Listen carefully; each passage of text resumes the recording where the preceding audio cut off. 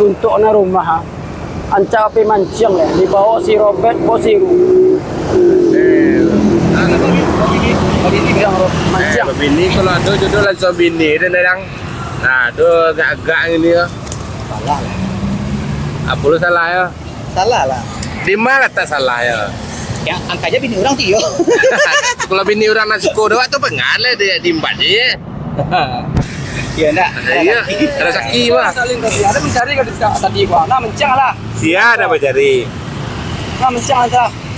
Orang bertanya siapa mencari mencang nah. Apa? Baca nak jalan. Apa nak dipancang? Tapi mancang aja kan? Mancang apa? Mancang ikan balui kuah. Ikan balui ke. Nah, lah jadi telan putih. Papancang lah. Capek lah. Mangga si kau meneman aja.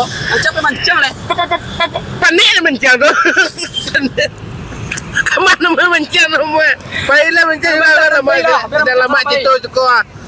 Aja nak jalan mana? Nak jalan. Jalan mak. Baling-baling dari bukit. Siko lapi mancang ayah ko yo ko. Ko banyak ikan ko balui ko. Namun preman tu diajak mancang dah lah. Biarlah seorang pemancang aja. Ko cia. Ko gadang balui ko. Gadang ko.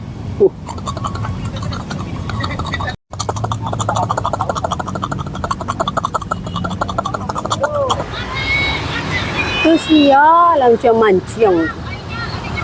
Kau tengok ni. Baca aku.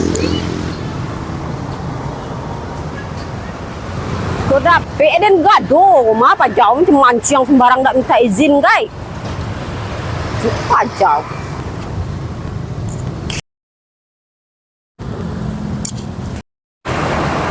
Baru apa jauh nak minta izin guys. Oi, baru. Lalai, melempang sembarang aja. Ada ikan di pari ni apanya. Ada pancang ni nyo. Bukan dari tabe orang indak. Ada mancang di apanya di paritnya. Siapa punya kau? Kau nak boleh mancing sinan? Alun je lek. Dia baik sekali dia leh. Hoi. Woi. Alun mana ngalai? Iyalah, awak belang lai.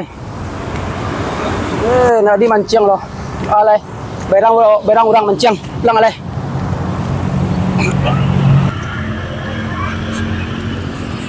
Tipu panjang beli. Ada tadi mancing itu dah. Ha. Berang itu kami itu. Berang itu kami itu. Itu dan pulang ada lain.